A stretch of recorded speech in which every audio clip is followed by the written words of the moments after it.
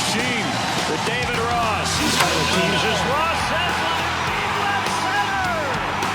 Gone! He drives out with the left. Number 100. Emotional wreck. It's only going to get worse. Just continue to breathe. That's all you can do, buddy. Ross flies one into center, sends Davis back at the wall, and it's gone! The 39-year-old in his final game. Help me give it up for World Series champion Chicago Cub, David Ross. Come on!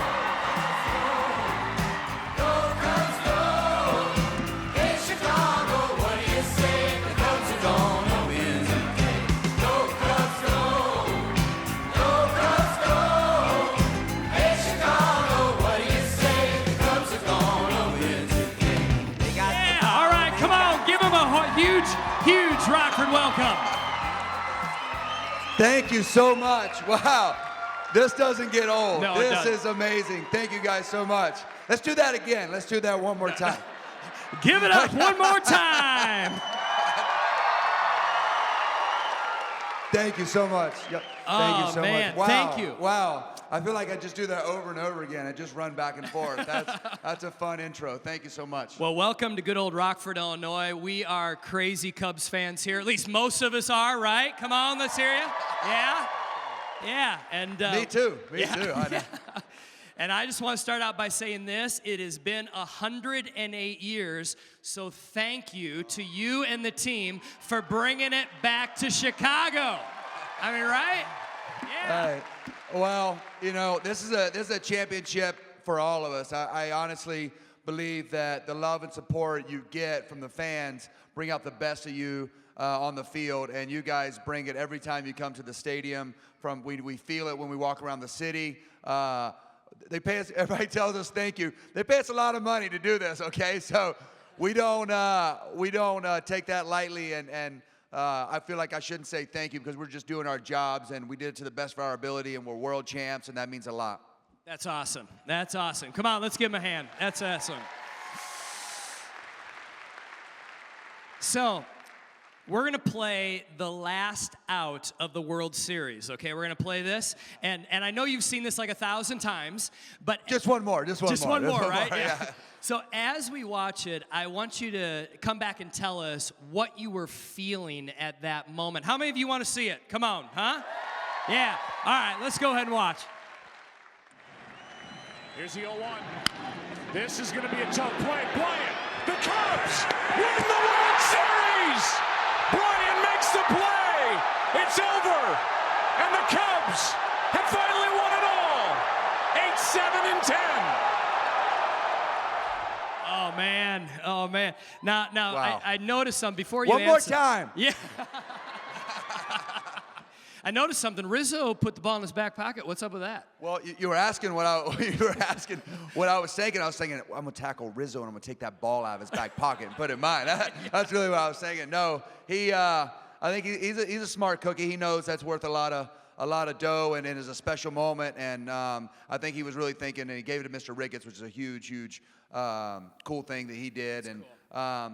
But, you know, you're sitting over there, and you're sitting on the bench, and I think my heart rate's probably just as high as you guys at home, and or the ones that went to the game. And I think, you know, I can speak for all of us, and that may have taken a year or two off of our lives, the stress we were under during that. Yes. But that ball was hit. You know, first off, I was thinking Rajay Davis is on first, one of the best base stealers. I'm like, thank goodness we had Mike Montgomery in with a lefty, because I'm thinking if he steals second, now we got one bloop or anything can happen, and now it's a tie ball game again, and now we're all in the crapper again, right? I mean, we're all like, oh my gosh, all my hair has fallen from my head to my back. But needless to say, I'm thinking that ball was hit, that soft, slow roller, and I was thinking, dang it, an infield hit. You know, Martinez can really run well.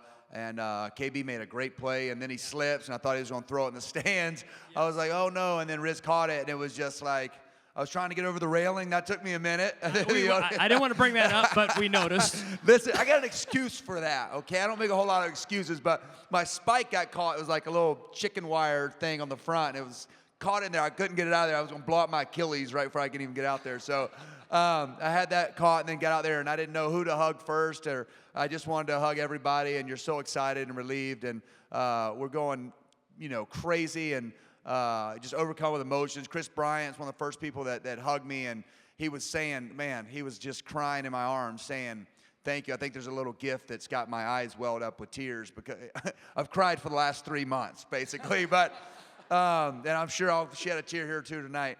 But I think what he was saying in my ear and hugging me, telling me thank you, and he loved me, and I mean those things go a long, long way. And we couldn't have done without him. I mean, MVP, he's an absolute stud. That's awesome. That's awesome. That Game 7 was stressful, to say the least. In fact, my wife, Jen, down there, she's a super fan. People come over to watch sports just to watch her because she's usually jumping up and down on the couch or throwing things or whatever. I think Jen took a walk around the block 3 times during that I wish I could have joined delay. her. I wanted to leave the dugout and just I can't handle this. Let me go. I'll walk with Jen around the neighborhood. Yeah, exactly. And so that was my question. I mean, there must have been so much stress in the dugout, and then especially the rain delay happens. What happened? I mean, what was it like? Yeah, it's definitely, I mean, your heart rate's up from the get-go. Even when Dex hit that leadoff home run, which, was super. Everybody went crazy, and to get the lead with the bullpen that Cleveland had. But, as the veteran guy, I'm trying to stay calm and be as normal as possible, which is very, very hard in that environment. And so I'm trying to keep I knew if I would have flipped out and got excited, I would have just passed out. It would have been like, boom. Why'd Rossi fall in the dugout? Everybody would be wondering. Just my heart rate was that high. And the nerves are high. You're just so anxious. And, that 9 innings felt like it was 7 hours, and it just took forever. And then obviously that rain delay came with the ups and downs of the game, and knowing that it was going to be, from experience you learn in this environment, it's never over. You got to get that last out, and obviously the crazy turns to happen. And Jay Hay, when they pulled the tarp, said, "Hey Rossi, get everybody in the weight room. I want to talk to the guys." And when Jay Hay speaks, you listen. He doesn't say much too often, but when he does, it carries some weight. So we're trying to get everybody in there, players only, and we get in there and we're missing Chappie. So we go, somebody gets Chappie, and we bring Chappie in, and this guy's an absolute monster. And he comes in all 6'6", however much he weighs, just shredded, and he's got tears just flowing down his face. And so I am at the door and I grab him and I'm like, "Hey man, we're all in this together. This isn't about one person. You didn't let us down. We wouldn't be here without you." We all put that much pressure on ourselves. And Jay just spoke up after we got Chappie to stop crying, and just said, "Hey, let's get back to who we are, right? Forget about everything that's happened, the ups and downs. We won 103 games this season. We're the best team in baseball, and we're in the World Series. Yeah. And what got us here is playing for one another, for your brother next to you, the person you love. And that's what it is with our team. It's a lot of love and support from one another. And through the ups and downs, we always stick together." And Jay Hay just reminded us of that. And then we went out there and did what you just saw. So it was pretty cool. That's awesome. Perfect timing from Jay Hay. Yeah. Perfect timing. You look at your career. You've had a stellar career. You started with the Dodgers, and then you've won actually now 2 World Series championships with 2 iconic teams, really. And like you and I were talking backstage, probably the last 2 what we'd consider real ballparks in the nation. No doubt, no doubt. Museums. Yeah, seriously. And so then at the end of Game 7, during Game 7, you hit a home run, and then at the end, they're carrying you off. The players are carrying you off on their shoulder. And you kind of look and you say, this is what, when you're in Little League, you dream of that moment. This is like, it doesn't get any better. It's like a movie. Hollywood doesn't have enough special effects for the sappy ending that I got to live. It was pretty special for me. I tell you something that's really cool that you don't think about as a kid when you're dreaming about all these things that are happening to you. And I really thank God for all the blessings He's given me and these things that my teammates have done. All the love I've received from you as fans and the front office and the city of Chicago come from my teammates. They say such nice things about me. And they do things like that and carry me off the field, a backup catcher, a career 220 hitter, and for those guys to show me the love and support all year long, but there at the end and such a big moment, and they think about, hey, I want to go pick up Rossi and carry him off the field is so I don't even have the words to really put that in perspective, but I will let you on a little insight. When you think about that and somebody picking you up, carrying you off the field, I didn't know what to do with my hands. Like, do you wave? Like, do you like blow the kiss, the #1 sign? What is it? You know what I mean? Like, what do you, like, I'm up there like, hey, everybody, like, this is awesome. I don't know what to do. I was like about to cry again. And yeah, it was amazing. It was an amazing moment in my life. Something I'll never forget, but I keep trying to quantify that moment and put it into words for people, and I just can't do it. I don't know. I don't want to do it. I don't want to do it injustice by not giving it the right word. Amazing. You know, it just so much emotion went into it for me.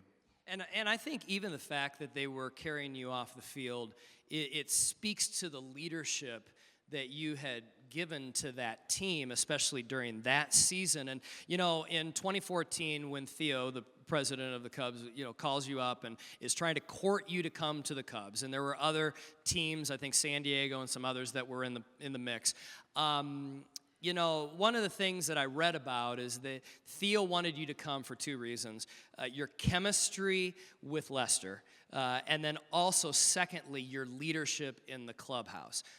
That's a pretty tall order. I mean, talk about that. Yeah, you know, Theo had pitched Chicago, and I mean, it's hard not to fall in love. Chicago is my favorite place to come as a visiting player from other teams, and I love the city and the people. But when Theo was talking about bringing in John, and John, me and John had communicated coming, and I knew how good the team was going to be. So that part of it was really easy. I faced Jake Arrieta the year before when I was with Boston, and he almost threw a no-hitter against this guy's absolutely filthy. And so the talent level I knew was there, but when Theo was talking about how he wanted me to be that guy in the clubhouse that is the foundation of the leadership part, and for me, it's hard.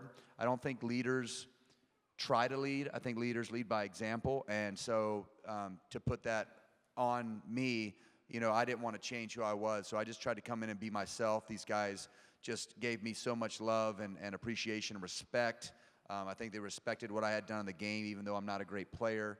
I shot them straight. I told them the truth, sometimes maybe not in the best way possible, but I gave them the hard love when they needed it, and I think they ended up respecting that and knowing where that comes from. I try to be a genuine guy and try to be honest with people, and I've learned that over the years is that, you know, we can sense fakeness, we can sense not being real, and when you're just who you are, and whether you're lifting them up or trying to teach in a criticism way, if it's coming from a place of love, then people are receptive. So that's what I try to do. You know, again, God is love, and I feel like that when God shines through you and is given that message to your teammates and the way you deliver it, I think that helps soften the blow sometimes when it's criticism. That's good. That's good.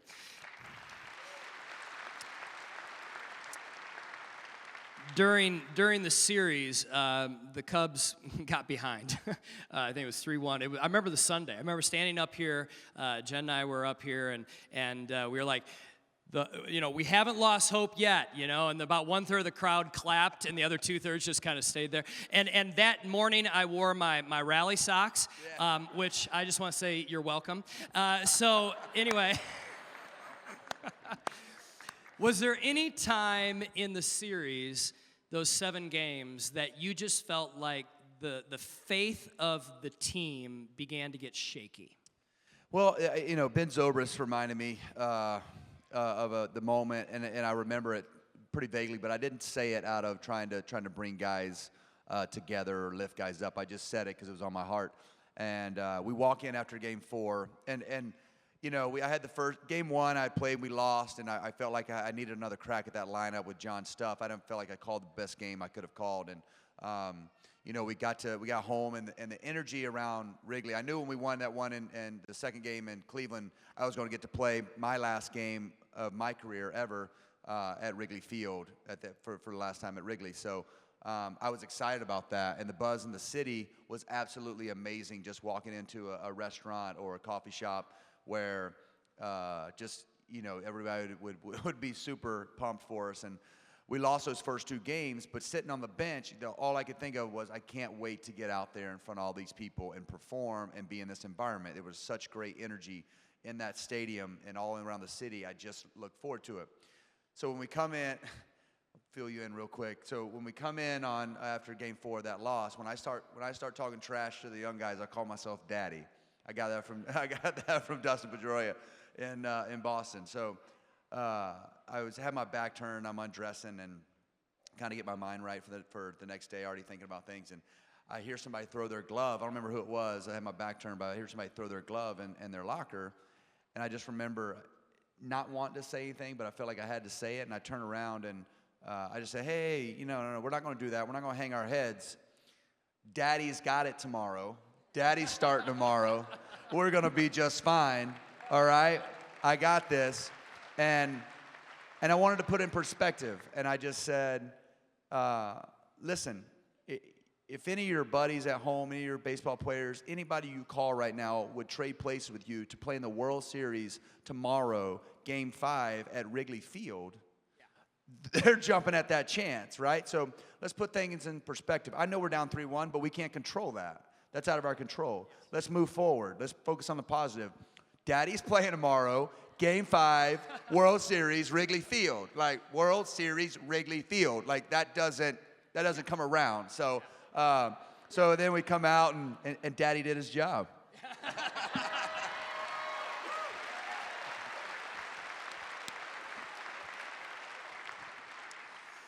Spring training of 2016, so going way back now, spring training, you received a nickname.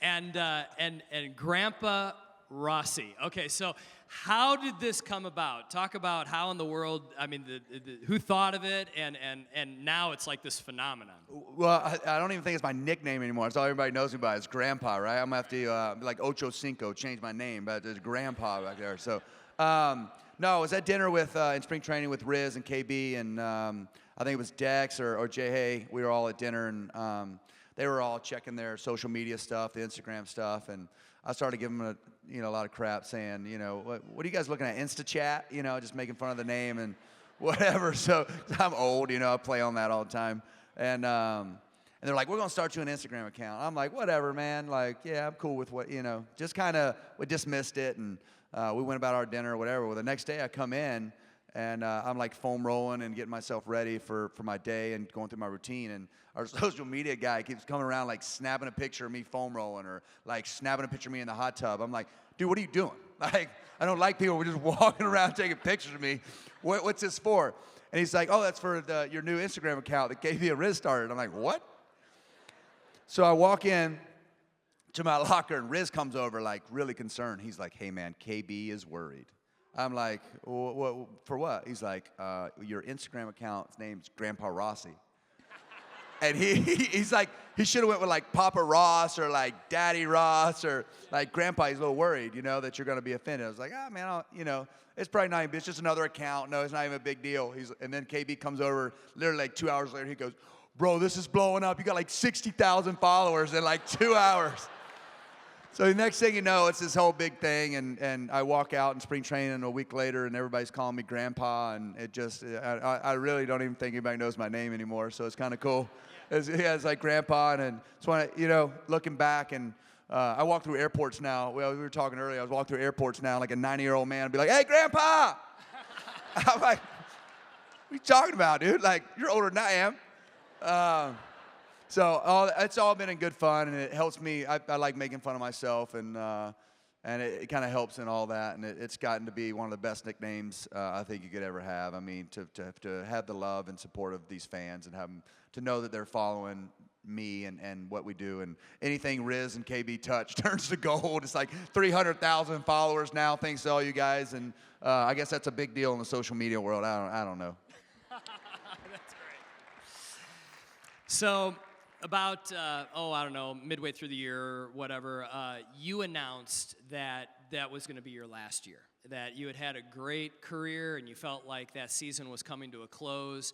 And obviously at that point you didn't know that the Cubs organization was going to hire you on, which they've done now. So you're gonna stay a Cubby for life, right? Yeah. But back then, you didn't know that, and you just felt like you were to retire, and you stated there were two reasons. Family needed to be first, and then secondly, for health reasons. So talk a little bit about that. What brought you to that point? What was going on? Well, I just feel like, one, my skill set was kind of, didn't have a great year and just felt defeated at the plate a little bit, and 15, and I love being a part of the group, but I felt my skill set diminishing. And even before I signed with the Cubs, I knew it was getting time to be a dad. I mean, that is something that's very important to me, but I was trying to get hit in the head, getting all these concussions. I've had some concussion issues over the years, and it's not fun getting hit in the head over and over again. So that was one reason, and trying to get my body prepared to be the best that I possibly could be for people that pay their hard-earned money to come watch you play and perform. You need to give your best, and I take that to heart. And but the main reason for me was family. I think that I've gotten to live my dream.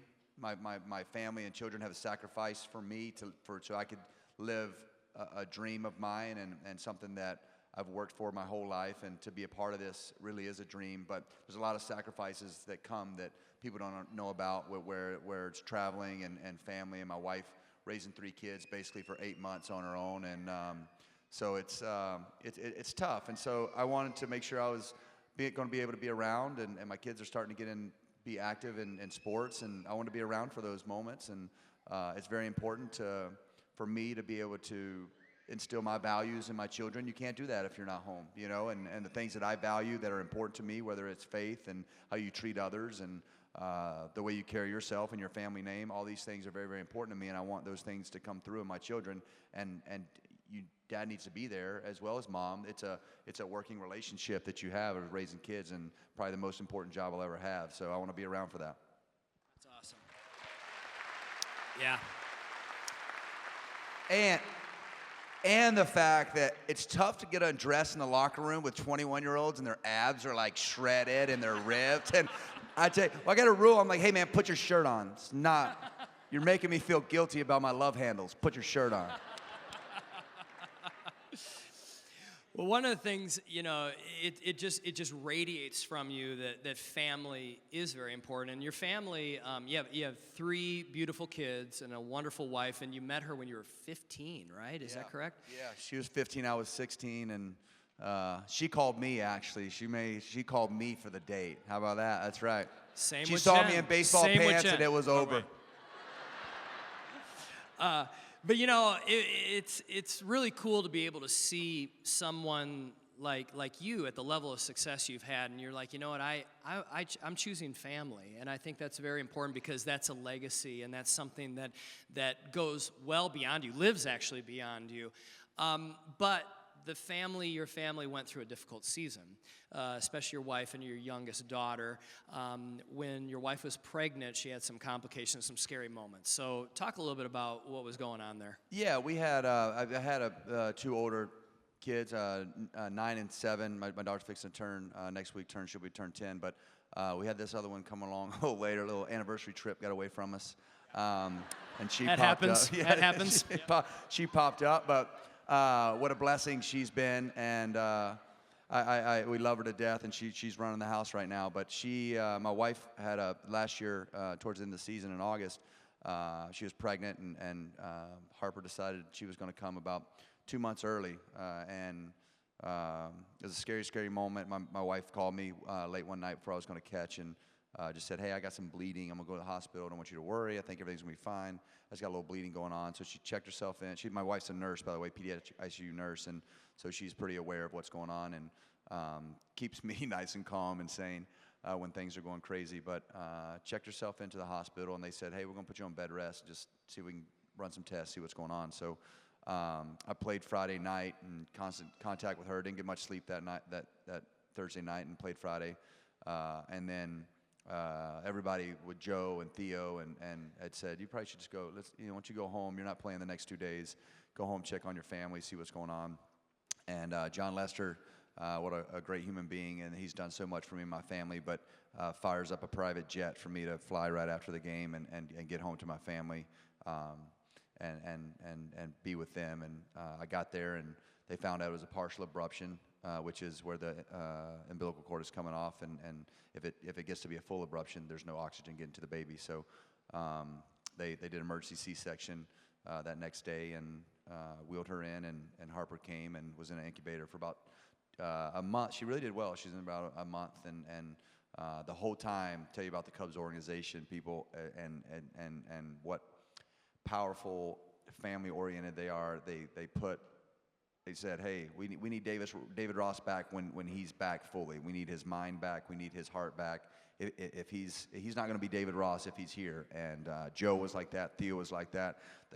They sent enough food to my house to feed this entire church. It was a very, very great feeling and they went on the West Coast, and Jake ended up. I got a funny story with that. When my daughter's in the incubator and things were starting to look up a little better, and we're in the hospital all night, and it's real quiet and dark, and all you hear is like the monitors beeping, and I finally, I guess a week had gone by, or 4 or 5 days, and I pick out my phone. I was like, I need to check on the guys. Like, what's the score of the game? I feel like I've been checked out.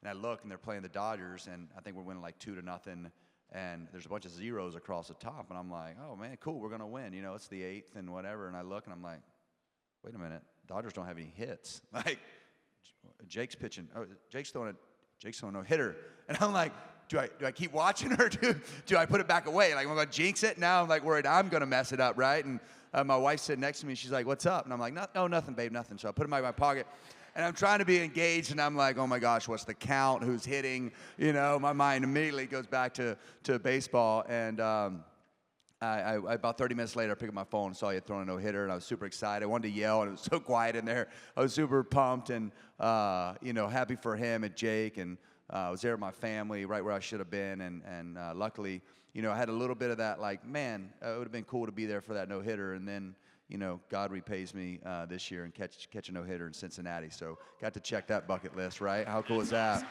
So many amazing things, but Harper's good, my daughter's good, everybody's good. She's running the house, she's dictating, she's running everything, and my wife just said they were watching at home on the computer live, and she was going, Dad, yeah. So that makes me feel good.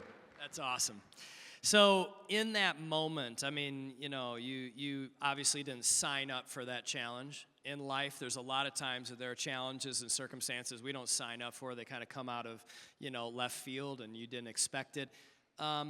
Talk a little bit about what that did to your faith. Talk about your, I'm sure you prayed some prayers. I'm sure that there was this moment where you and God had some conversations. Yeah, well, I got baptized right before all these great things had happened to me. It's crazy. In 2012, in December, I got baptized. Finally, I kind of waited my whole life and been a part of the church family, but I didn't know if you ever really needed to get baptized and what that entailed and how much went into that and studying and knowing what I exactly do. So I got baptized, and then next thing you know, my life starts going like this. But I've learned in my faith that we're not in control, right? God's in control, and as good as things appear to be, they can be taken away like that. And we try to plan. Everybody's got a story, right? Everybody. I'm not a perfect person. I know you guys thought I was, but I've got a bad mouth. I've got things that I have to deal with, and my kids are always constantly reminding me, like, "Hey, Dad, clean up your language." And I'm like, "Great, good example I am for a dad." But I try to do the best I can. I try to live through my faith, put God first. Try to think about the whole cliche of if God is sitting right next to me, how would I act in traffic, and what kind of example I'm setting, one for my family first and me, and then when I meet wonderful people around Chicago, what kind of light am I shining through me? I don't want to ever dim God's light, and I try to let Him shine through me as much as possible. That's awesome.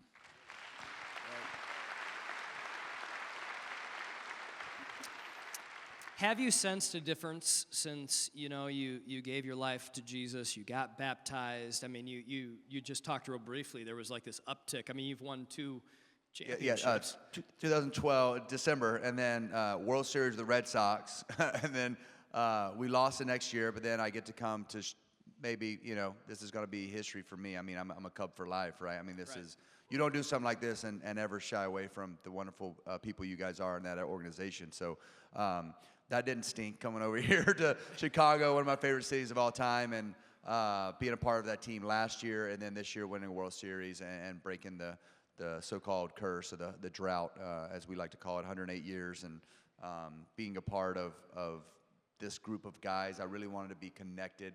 I have such a tight bond with the guys in Boston from winning, and I wanted that for this group of guys. The guys that are in that locker room, and I know you guys know this, but they're great players, but they are phenomenal human beings. They are quality guys. They care about one another. They're out for what's best for the group. There's not a selfish bone in that locker room, and that's why I want to be connected to them. They're just across the board. They're all 100s. They're great, and I'm so happy that I'm able to be connected with them for the rest of my life. You had mentioned something behind, over off stage. You had said that Joe Madden has this quote about process.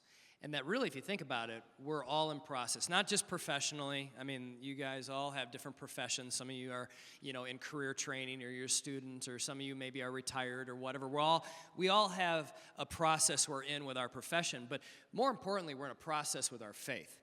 And one of the things that I've noticed is, everybody's at different stages of faith, and some people are like not sure whether God is real. Some people are like, I'm curious. Some people have maybe made a commitment to Jesus or whatever, but we're all in process. What did Joe say about process? Because I thought that was a great quote that not only applies to baseball and life, but really to faith. Well, Joe's thing was, and we talk about dealing with expectations and the unknown, and trying to, as well as faith, I think we think we want to look to the big picture, right, instead of staying in the day-to-day process. And Joe's thing is, the process is fearless, right? We don't have to worry about the process of what we're doing. And if we can stay fearless in the process and stay true to our process of trying to get better every day, trying to get into the Word, trying to be better people, trying to lift others up, giving of our hearts, giving of ourselves, our time, those things are going to make us better, and they're going to make the people around you better. And so it's the same with baseball. If we can focus on how to get better and continue to try to be better, and then we're only worried about us and how to be the best version of us, the Chicago Cubs, or David Ross, the best version of myself that I can possibly be, then we're going to be better off. And we don't have to worry about, am I going to slip up and somebody judge me for saying a cuss word, or am I going to say the wrong thing or do the wrong thing one night, and then it's going to all come crumbling down, and everybody's going to judge me, and I'm going to be a hypocrite, and I've said all these things, and now I'm a hypocrite. It's like, listen, we're not going to be perfect. We're not. That's not life. That's not real. Like, we're all going to make mistakes. We're all going to be. We're going to have good and bad. We all sin, and but if you can stay in that process of your mindset every day is, I'm going to get better and be the best version of me today that I can be, then what else do you have to look to but look yourself in the mirror and say, I'm doing the best I can. And God helps you along that journey, right? I mean, you can give that a round of applause. One of the things, and in fact, some of you might be guests here today. It might be the first time you've darkened the door of a church in like your life or a long time, and you're thinking, well, I'm voted least likely to ever be seen in church, right? We say this around here all the time, that we're all on a journey and we're all in a process, and I love that. The process is fearless, because sometimes if you look at the big picture and you try to say, okay, I'm going to try to do everything right, well, then you fail, right? But God's grace is there, His strength is there every day to help you become more and more like Him, and help you to have strength to make it through some of the challenges of life, right? There's some hard challenges in life. I think we all can attest to that. I think that, when you set out to be perfect, you're just setting yourself up for failure. And that's, again, if we would have set out to win the World Series, it's okay to talk about winning the World Series, but it wasn't like, hey, we've got to win the World Series or everything's a failure. I've got to live up to these expectations that everybody else is putting on us. That's not what I'm going to do. I'm going to try to be the best player I can be this day, and I'm going to come in and do what I do to channel myself to move forward in that process. And as long as we do that, I think we're going to come out winners in life. That's awesome. Well, listen, one more question, and then I'm going to kind of wrap here. I'm going to take a few moments, and we'll kind of, discuss a little bit about faith and such like that here in a moment. But before we do that, I want to say this, that if you're ever in Rockford, this is your church, okay? So, I mean, you need to realize this is like your church, and you can always come here and such like that. I mean, wouldn't you guys agree, huh? Yeah. As long as I can walk out there and get that stand ovation. And we play Go Cubs Go, right? Every time I get depressed at home, I'm just going to fly to Rockford, come out here and let you guys cheer. That was awesome.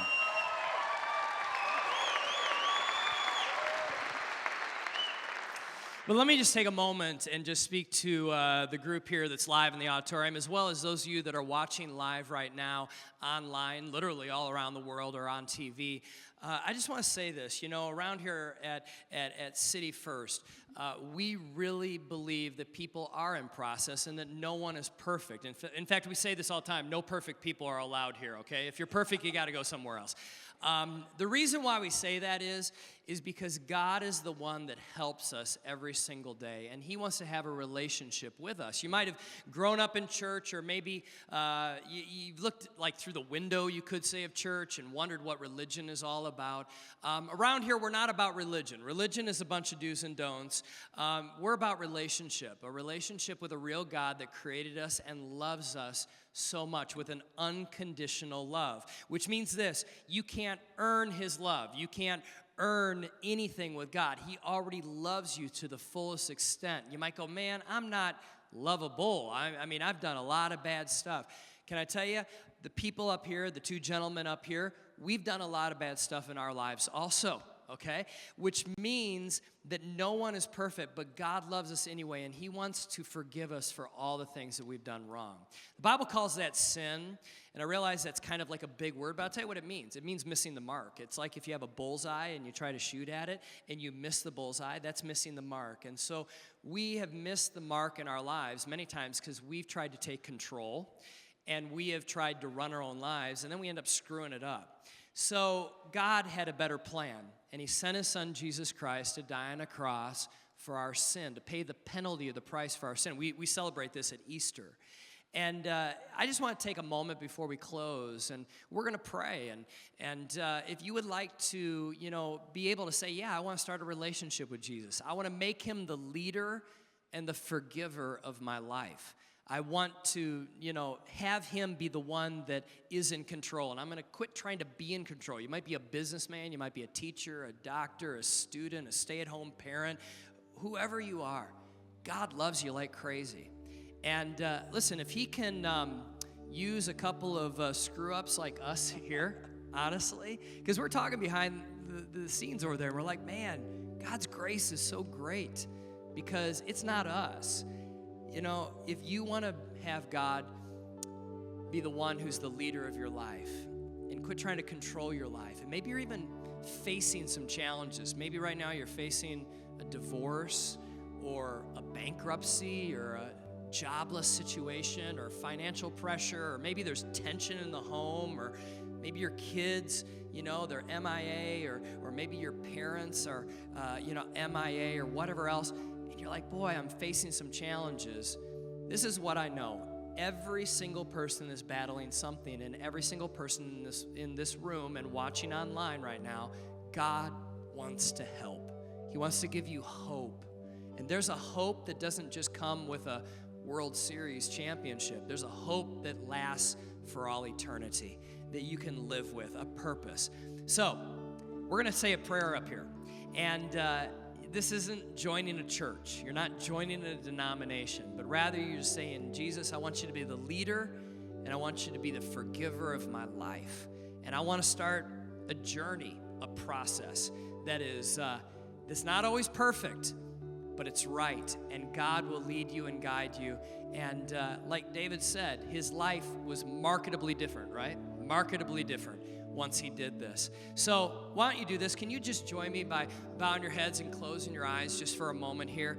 And I'm going to say a prayer, and I'm just going to have everybody in the house repeat it, okay? And even if you're online right now, you can repeat this, okay? God's listening. He's here. He loves you. He cares about you.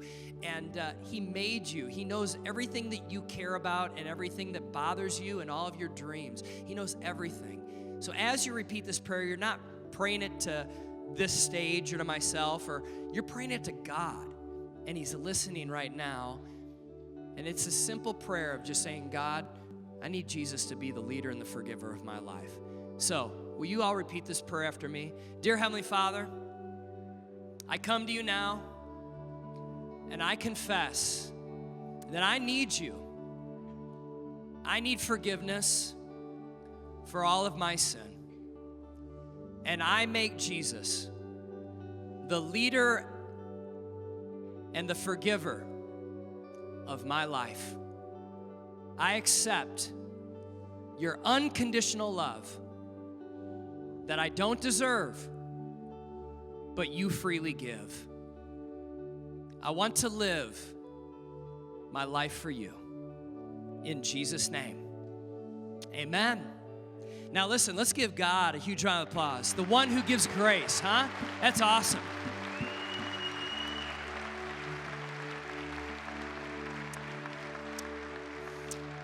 And can I just say this too, that if you prayed that prayer, on the way out the door, there's these next step booths. You'll see these big blue flags, all right? You can't miss them. And if you go up to them, somebody there will give you something that will be your next step, and will teach you how to, real quickly as you leave, will give you something that can help you take that next step and grow in a relationship. Any relationship, begins, but then it's a journey, right? And we would love to, as a church, come alongside you on that journey. Also, if you're visiting with us, if you're a guest, go to those same locations. We have a free gift for every single guest that is here, and you could just grab it and walk out the door, and we're hoping to see you next week. You want to say anything else to the crew before we leave? Thank you guys so much for all the love. I really appreciate it. Yeah. And good luck in your journey. Good luck.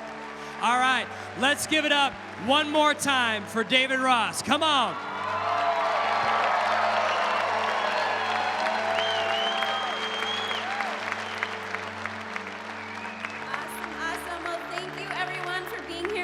Today. We hope you had an amazing Sunday, and we will see you hopefully next week, 9:15 and 11 for Super Bowl Sunday.